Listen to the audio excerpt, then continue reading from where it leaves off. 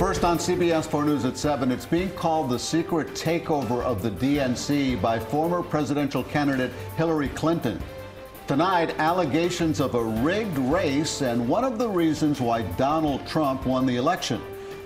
Good evening. The allegations are coming from former interim Democratic National Committee Chairwoman Donna Brazile. And in the middle of all this is our own Congresswoman, Debbie Wasserman Schultz. Brazile claims that she found proof that the race was rigged against Bernie Sanders. Joining us now, CBS 4 investigator Jim DeFede with a closer look. Jim. This is really interesting. The excerpt from Donna Brazile's forthcoming book offers a blistering attack on Congresswoman Debbie Wasserman Schultz.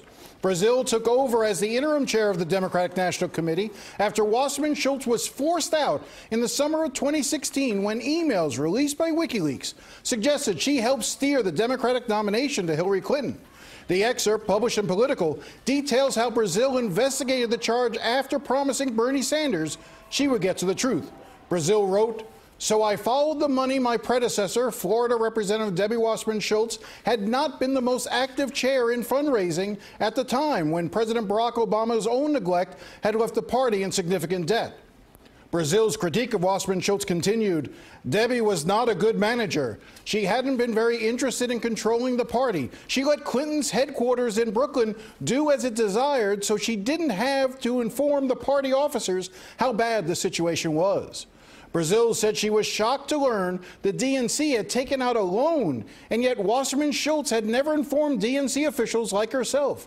Brazile writes, "That was just Debbie's way. In my experience, she didn't come to the officers of the DNC for advice and counsel. She seemed to make decisions on her own and let us know at the last minute what she had decided, as she had done when she told us about the hacking only minutes before the Washington Post broke the news." And as Brazile dug deeper into the DNC's finances, she found a smoking gun, a so-called victory fund agreement between the DNC and the Clinton campaign that gave the Clinton campaign complete control of the DNC, even though the DNC was supposed to remain neutral until a nominee was selected.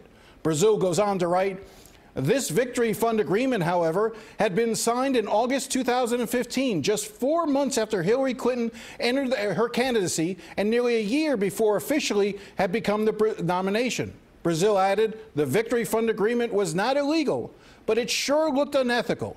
If the fight had been fair, one campaign would not have control of the party before the voters had decided which one they wanted to lead.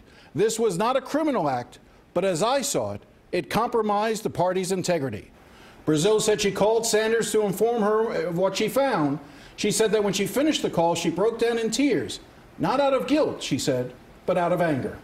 Okay, so pretty heavy accusations here. Have we heard from Debbie Wasserman Schultz? Debbie Wasserman Schultz put out a statement late this afternoon. I'm not going to pre-pro it, and we're not going to put it up because it doesn't address any of it. It basically says that she wants to look forward to defeating Donald Trump in 2020, and she's not interested in looking back. She addressed none of the allegations made by Brazile in her story. Well, Jim, another allegation, my understanding is that she claimed that money that was raised to help Democratic state candidates was actually funneled to Hillary Clinton's campaign. And there were people in the Sanders campaign who felt this was on the verge of money laundering. Essentially, state parties were raising money, and that money should have been used to help bolster the state party system. Instead, it was being routed to the DNC, and the DNC was then using it on Hillary Clinton's behalf. Now, this has been an ongoing concern that we've seen here in Florida. One of the things that candidates often complain about is that they don't have enough money to run candidates here in Florida. We've heard that. Basically, Florida's like an ATM. National figures come in, take money out of Florida. This money is supposed to stay here. It didn't in this case. There's been so much focus on the Republican Party and possible civil war within the Republican Party. It seems like the Democratic Party has their own problem. This is a serious, serious rift. You make no mistake about it. You know, there is still that very strong Bernie Sanders wing of the party. They are working, they have not completely come together. The Hillary Clinton candidate won for the party chairmanship.